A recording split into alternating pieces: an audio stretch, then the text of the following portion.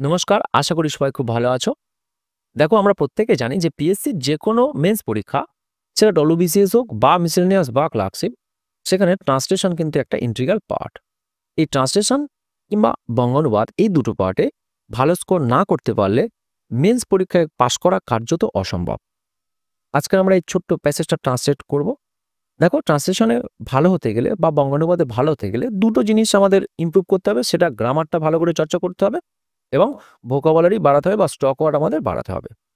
তো ক্লাস শুরুর আগে একটা কথা বলবো যে স্ক্রিনশটটা তুলে নিয়ে তোমরা নিজেরা আগে ট্রাই করো আর তারপরে শর্ট দেখো, সেখানে কি নিজের ইমপ্রুভমেন্টটা ভালো হবে। আর যে সমস্ত ভাই বোন দাদা কিংবা দিদিরা এই প্রথমবারের জন্য মেন্স দিতে যাচ্ছ, তাদের জন্য কয়েকটা কথা বলবো। দেখো, ট্রান্সলেশন বা বঙ্গানুবাদে ভালো হতে গেলে আমাদের কি কি করণীয় হতে পারে। নাম্বার ফার্স্ট, ইংলিশ গ্রামারটা একটু ঝালিয়ে নিতে হবে।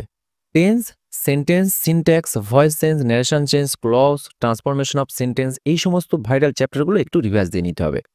তারপর প্রতিদিন কমপক্ষে 10 থেকে 20টি বাক্যের ট্রান্সলেশন এবং 10 থেকে 20টি সেন্টেন্সের বঙ্গানুবাদ করতে হবে। সেই সঙ্গে বিগত বছরের প্রশ্ন চর্চা, পিএসসির প্রিভিয়াস ইয়ার্সের যে সমস্ত মেন্সের পেপারস আছে সেগুলো কালেক্ট করে সেগুলো সলভ করার চেষ্টা করতে হবে।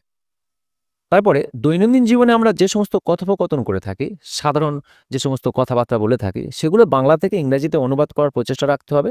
ফলে কি হয়, ইংরেজিতে একটু নলেজ বা কনফিডেন্সটা বেড়ে যায় এবং প্রতিদিন তার মাধ্যমে যে সমস্ত নতুন ইংরাজি শব্দ শিখবো তার একটা নোটবুক তৈরি করতে হবে। ফলে কি হবে, উইকেন্ডে বা 10 দিন পরে সেগুলো যখন আমরা এক ঝলকে আবার দেখব, যে নতুন ওয়ার্ডগুলো শিখলাম সেগুলো আরও ভালোভাবে আমাদের মুখস্থ হয়ে যাবে। আর তারপরে যে কোনো ইংরাজি দৈনিক বা সাপ্তাহিক রেগুলার বেসিসে পড়তে হবে মিনিমাম আধ ঘন্টা, এবং সেখান থেকেও শব্দ চয়ন করতে হবে। একটা পেপার, ইংরাজি পেপার কিনে আমি প্রেফার করবো দ্য টেলিগ্রাফ নেওয়ার জন্য। তাই টেলিগ্রাফ পেপার, এক পেপার তুমি 1 সপ্তাহ 15 দিন ধরে পড়ো, কারণ একটা পেপারে অনেক কন্টেন্ট থাকে, কিন্তু পড়তে হবে প্রতিদিন একটু করে। ঠিক আছে? এতে যারা ইংরাজিতে একটু কাঁচা আছো তাদের কনফিডেন্সও বাড়ে ইংরাজির প্রতি, এবং ইংরাজির প্রতি যে জড়তা, সেই জড়তাটা কেটে যায়। তো চলো, যে ছোট্ট প্যাসেজটা ছিল সেটা এখন আমরা ট্রান্সলেট করে নিই। আমি যে ট্রান্সলেশনটা করব তার চেয়েও বেটার অনেকে পারবে, সেটা আমি জানি।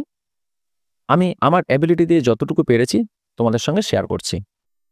তো প্যাসেজটা ছিল এই: সূর্য হইতে আমরা আলোক ও উত্তাপ পাই, সূর্যকে আমরা একটা থালার মতো ছোট্ট দেখি, কিন্তু বাস্তবে গিয়া ছোট নহে, পৃথিবীর চেয়ে লক্ষ লক্ষ গুণ বড়, অত্যন্ত দূরে আছে বলিয়া উহাকে ছোট দেখায়। সূর্য ওঠার পরে যে ঘুমাইয়া থাকে তাহাকে সকলে অলস বলে। দেখো, ছোট্ট ছোট্ট সেন্টেন্স। তো দেখো, প্রথম সেন্টেন্সটা কি ছিল? সূর্য হইতে আমরা আলোক ও উত্তাপ পাই। তো এখানে সাবজেক্ট হচ্ছে উই এবং মেন ভাব হচ্ছে পাওয়া, সেটা হচ্ছে গেট। তাহলে এর ট্রান্সলেশনটা এরকম হতে পারে: we get light and heat from the sun. আমরা পাই, এখানে উই সাবজেক্ট, এটা verb. We get light and heat from the sun, যেহেতু সূর্য থেকে আমরা পাচ্ছি তাহলে প্রিপোজিশনটা বসবে ফ্রম। ওকে, নেক্সট সেন্টেন্স ছিল সূর্যকে আমরা একটা থালার মতো ছোট দেখি। তাহলে এখানেও সেই মেন সাবজেক্ট হচ্ছে উই। তাহলে উই সি দ্য সান, আমরা সূর্যকে দেখি, এইটুকু হচ্ছে কি উই সি দ্য সান, মানে আমরা সূর্যকে দেখি as small as a plate.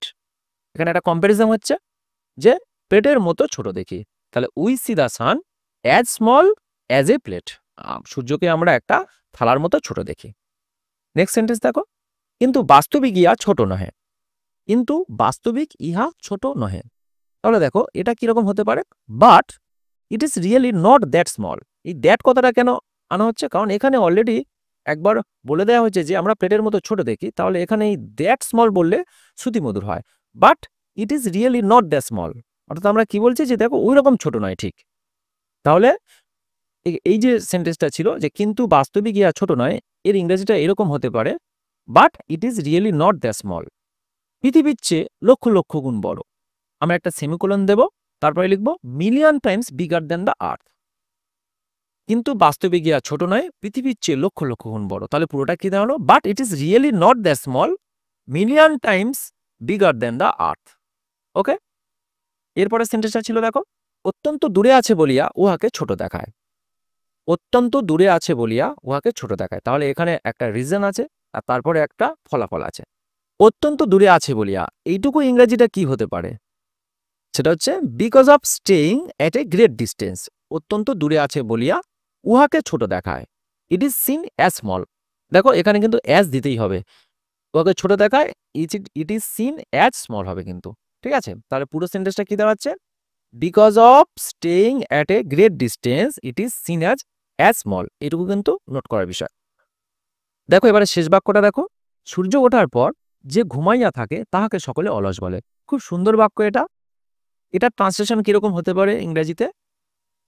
Whoever is in sleep even after the sunrise.